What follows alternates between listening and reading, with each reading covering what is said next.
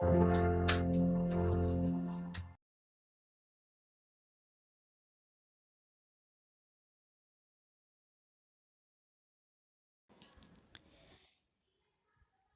Friends, welcome back to my YouTube channel study art hub. So friends, आज मैं discuss करने वाली हूँ, मेरा आज का टॉपिक होने वाला है अजंता केव। इसका एग्जैक्ट टाइम बहुत इंपॉर्टेंट है। 200 BC टू 628 AD का टाइम था। सो इस चैप्टर को स्टार्ट करने से पहले मैं आपको प्रीवियस चैप्टर बता देती हूँ कि मैंने अभी तक कितने कंप्लीट करा दिए। फर्स्ट चैप्टर का नेम है प्री हिस्टोरिक एज, प्रागैतिहासिक कला। सेकेंड है इंडस वैली सिविलाइजेशन, सिंधु घाटी सभ्यता। थर्ड जो है चैप्टर वो है वैदिक एज। फोर्थ चैप्टर रहा था गुफा की शुरुआत हो जाती है, जोगीमारा की गुफा। फिर फिफ्थ चैप्टर आज का डिस्कशन है अजंता की गुफा। उसके बाद नेक्स्ट चैप्टर होने वाला है बाघ की गुफा। सारे ही चैप्टर सीक्वेंस वाइज मिलेंगे आपको। इन फ्यूचर जब भी आप वीडियोस देख रहे होंगे, आप मेरे चैनल पे विजिट कीजिएगा। प्लेलिस्ट का नेम है माय इम्पॉर्टेंट नोट्स। और मैं आपसे प्रॉमिस कर रही हूँ, मैंने जो भी कंटेंट आपसे प्रोवाइडेड कराना है, जो भी मैं आपके साथ शेयर कर रही हूँ, डेफिनेटली एग्जाम में से बाहर आपको कोई क्वेश्चंस देखने को नहीं मिलेंगे। विथ डिटेल सारे ही टर्म्स, सारी हिस्ट्रीज होगी। सो स्टार्ट करते हैं। इसका टाइम ड्यूरेशन इंपॉर्टेंट है। 200 BC टू 628 AD का टाइम कहा जाता है। लोकेशन महाराष्ट्र है। औरंगाबाद से 101 से 102 किलोमीटर का डिस्टेंस है। जलगांव स्टेशन से 55 से 61 किलोमीटर का डिस्टेंस है। फतेहपुर गांव से 2 to 6 किलोमीटर, मतलब 2 से 6 किलोमीटर का डिस्टेंस है। और कुछ इस तरह का शेप है। तो इस शेप को क्या बोला जाएगा? जो ये शेप है अजंता की गुफा का, इस शेप को बोलते हैं घोड़े के नाल के आकार में। दैट मीन्स चंद्राकार, अर्धचंद्राकार। दिस वन इज अर्धचंद्राकार। ओके। और ये जो दिख रहा है आपको, ये है रिवर। रिवर कौन सी है? बघौरा नदी यहाँ पे बह रही है। और पर्वत कौन सा है? सतपुड़ा पर्वत है। Total 30 caves are here. पहले तो 29 थे, बाद में 15 आ करके एक गुफा मिली। 15 आ करके तो टोटल 30 केव्स हो गए। केव नंबर 4 क्यों इंपॉर्टेंट है? क्योंकि यहाँ पर ये वाला 4 जो है सबसे बड़ी विहार कही जाती है। विहार एक्चुअल में होता है जहाँ पर बौद्ध भिक्षु स्टे करते हैं, लिविंग प्लेस को विहार कहते हैं। केव नंबर 9 इसलिए इंपॉर्टेंट है क्योंकि हिनयान और महायान दोनों संप्रदाय से संबंधित ये गुफा कही जाती है। वैसे तो चैत्य गुफा है केव नंबर 9, लेकिन हिनयान और महायान दोनों संप्रदाय से संबंधित है। केव नंबर 14 और 15 क्यों इंपॉर्टेंट है? क्योंकि 14 और 15 के मिडल में, बीच में 15 आ करके एक गुफा बाद में मिली है। केव नंबर 29 इसलिए इंपॉर्टेंट है क्योंकि ये सबसे बड़ी चैत्या कही जाती है। और सबसे बड़ी chaitya that means prayer hall, जहाँ पे पूजा गृह कह सकते हैं। ठीक है। और कुछ अनदर इम्पॉर्टेंट टास्क ये है कि पूछा जाता है कि कितनी चैत्या हैं, कितनी विहार हैं। 30 केव्स हैं। ओके। चैत्या जो है केवल 5 है, 9, 10, 19, 26 और 29।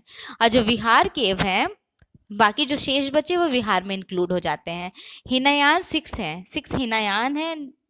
8 से लेकर 13 तक हिनयान कहा जाता है। 8, 9, 10, 11, 12, 13 हिनयान है। इसके बाद अनदर जो है वो पूरे महायान है। इनकम्प्लीट गुफा पूछी जाए कितनी है, तो 9 इनकम्प्लीट गुफा है। 9, 3, 14, 23, 24, 25, 26, 27, 28, 29। बस आपको 3 और 14 याद रखना है। उसके बाद 23 से 29 तक के इनकम्प्लीट केव्स कहे जाते हैं। ठीक है। अब डिस्क्रिप्शन देख लीजिए। एक बेसिक इन्फॉर्मेशन बताना बहुत ज़रूरी था, वो मैंने थोड़ा एक्सप्लेन कर दिया है। अब डिटेल में सारी थ्योरीज हैं। ज़मीन से इसका जो डिस्टेंस है वो कितना है? ज़मीन से जो इसका डिस्टेंस है वो 75 मीटर है और 250 फीट है। 600 गज में फैली हुई गुफा है। जमीन से ऊंचाई जो है वो 75 मीटर है। फीट में बात किया जाए 250 फीट है। गज में बात किया जाए तो 600 गज में है। गुफाएं पूर्व से पश्चिम की ओर बनाई गई थी। गुफा कैसे, इसका डायरेक्शन क्या रहा था? ये अर्धचंद्राकार गुफाएं हैं, तो इसका निर्माण कुछ ऐसे टाइप में हुआ है। मतलब पूर्व से लेकर पश्चिम की ओर गुफा का निर्माण हुआ है। क्रम, there are 29 caves in further last time. फिर उसके बाद 1 केव्स और मिले, 15 आ करके एक गुफा मिली। तो टोटल कितने केव्स हो गए? 30 केव्स यहाँ पर हो गए। चैत्या पूजा गृह को बोलते हैं। चैत्या किसे बोलते हैं? पूजा गृह का। विहार बौद्ध भिक्षुओं का निवास स्थान कहा जाता है। और चैत्य गुफाएं कितनी हैं?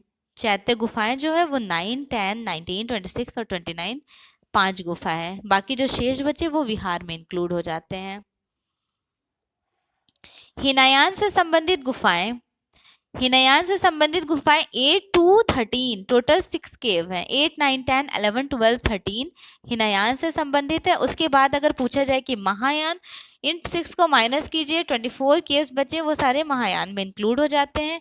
हिनयान और महायान दोनों संप्रदाय से संबंधित गुफा नंबर 9 कही जाती है।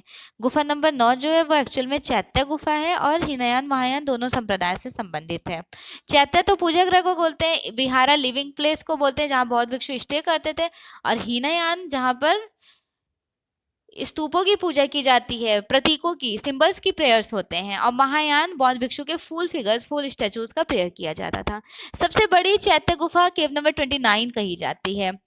सबसे प्राचीन गुफा निर्माण की दृष्टि से केव नंबर 13 है। देखिए ध्यान रखिए, निर्माण की दृष्टि से सबसे प्राचीन केव नंबर 13 है, और अगर पूछा जाए कि पेंटिंग के पर्पज से सबसे प्राचीन है केव नंबर 10। दोनों में डिफरेंस है। सबसे नवीन गुफा केव नंबर 1 की है। सबसे ज्यादा पेंटिंग्स मिली है 9, 10, 16, 17, 1, 2। इन केव में सबसे ज्यादा पेंटिंग्स मिली हैं। अगर पूछा जाए सबसे अलंकृत चित्र कहाँ मिले हैं, केव नंबर 1 में मिले हैं, और केव नंबर 1 का ही कहा जाता है इस टाइम ड्यूरेशन में एंड हो जाता है गुफा। बौद्ध धर्म से संबंधित रहा था अजंता की गुफा। अजंता में 2 प्रकार की गुफाएं हैं, चैत्य और विहार। चैत्य प्रेयर हॉल है, विहार लिविंग प्लेस है। संघाराम के नेम से भी विहार को जाना जाता है।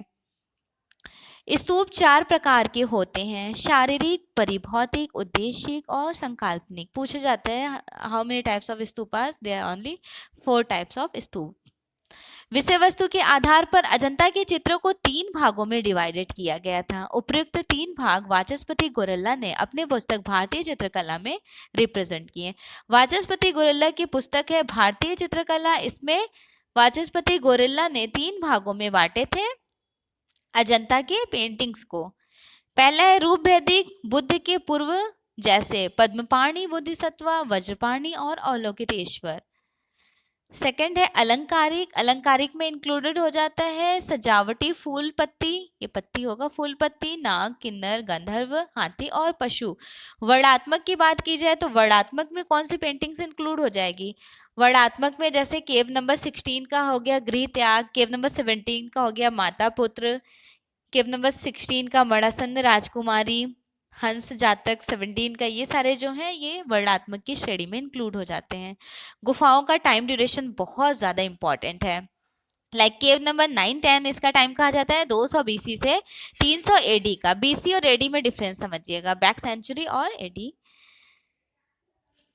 केव नंबर 10 जो है उसके त्वरण द्वार में कुछ टाइम चले गए थे 300 से 350 का। उसके बाद केव नंबर 16, 17 का टाइम कहा जाता है 350 से 475, ये 500 का।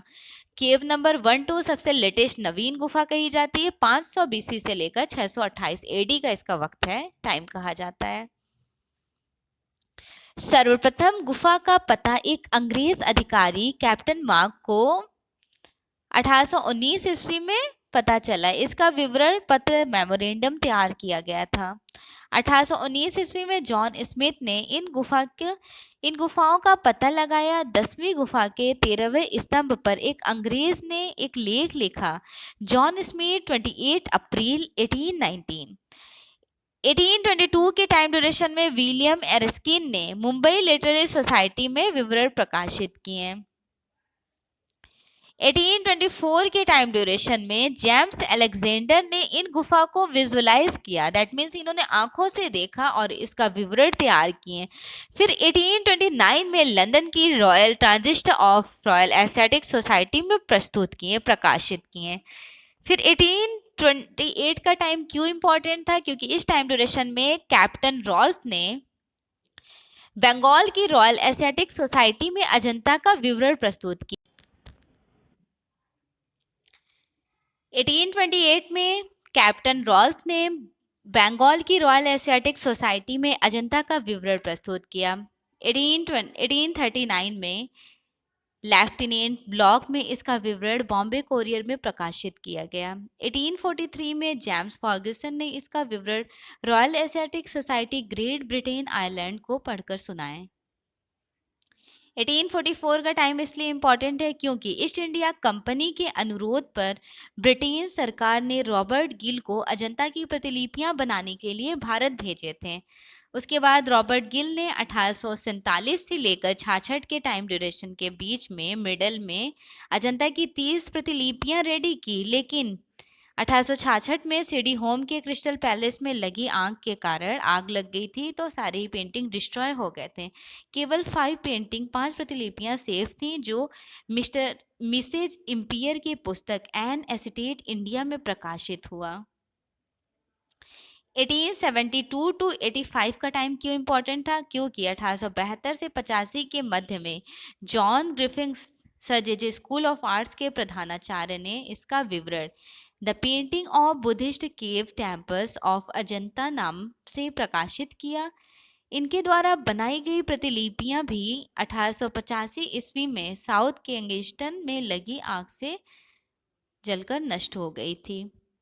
1874 ईस्वी में जेम्स बर्गेस ने इंडियन एंटिक्विटीज नामक पत्रिका में केव टेम्पल्स ऑफ अजंता नाम से लेख प्रकाशित किए। 1909 से 1910 के टाइम में लेडी हैरिंगम के अध्यक्षता में लार्चर, के वेंकटप्पा, सैयद अहमद, मोहम्मद फजलुद्दीन, नंदलाल बोस, समरेंद्रनाथ गुप्त, असित कुमार हल्दर, ल्यूक के सहयोग से प्रतिलिपियां तैयार हुई, जिन्हें 1915 ईस्वी में इंडिया सोसाइटी, जो इंडियन सोसाइटी थी, उन्होंने अजंता फ्रेस्कोज नाम से प्रकाशित किए। 1908 का टाइम क्यों इंपॉर्टेंट था? बहुत ज़्यादा इंपॉर्टेंट है 1908 का समय, क्योंकि इस टाइम ड्यूरेशन में अजंता में क्यूरेटर की नियुक्ति हुई थी और उनका नाम था नारायण एकनाथ। 1951 में अजंता को राष्ट्रीय स्मारक घोषित किया गया था, लेकिन यूनेस्को में सम्मिलित किया गया था 1983 में, और 1954 में यूनेस्को ने सहायता प्रदान किया था, विश्व धरोहर में नहीं रखा था, विश्व धरोहर में 1983 में इंक्लूड किया जाता है। 1953 में भारतीय पुरातात्विक सर्वेक्षण में इसके रख रखाव की जिम्मेदारी स्वयं अपने हाथों में ले लिया। 1965 में मदनजीत सिंह ने टेम्पल ऑफ अजंता ग्रंथ प्रकाशित किए।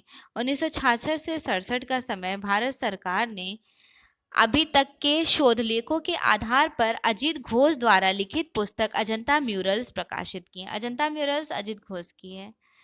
हैदराबाद के निजाम सरकार के पुरातत्व विभाग के प्रयत्न गुलाम यजदानी ने अजंता की प्रतिलिपियां बनाई और अजंता के लेखों को निजाम सरकार ने 4 भाग किए। 1903 से 1904 के मिडल में अजंता में जाली लगाई गई पेंटिंग्स में। 1920 से 26 के टाइम ड्यूरेशन में गुलाम यजदानी के समय इटालियन विशेषज्ञों ने प्रोफेसर अशीनी और सोनोनी को सुरक्षा प्रदान किया।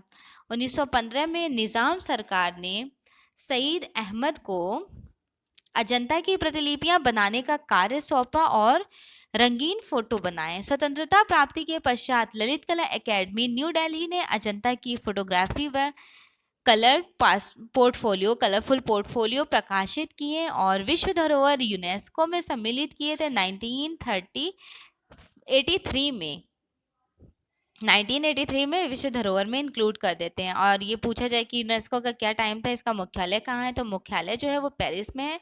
1945 का 46 का समय कहा जाता है। अजंता गुफा चित्रों का वर्गीकरण, डिवाइडेशन ऑफ या फिर क्लासिफिकेशन ऑफ अजंता म्यूरल्स, इनके बारे में मैं नेक्स्ट क्लास में डिस्कस करूंगी।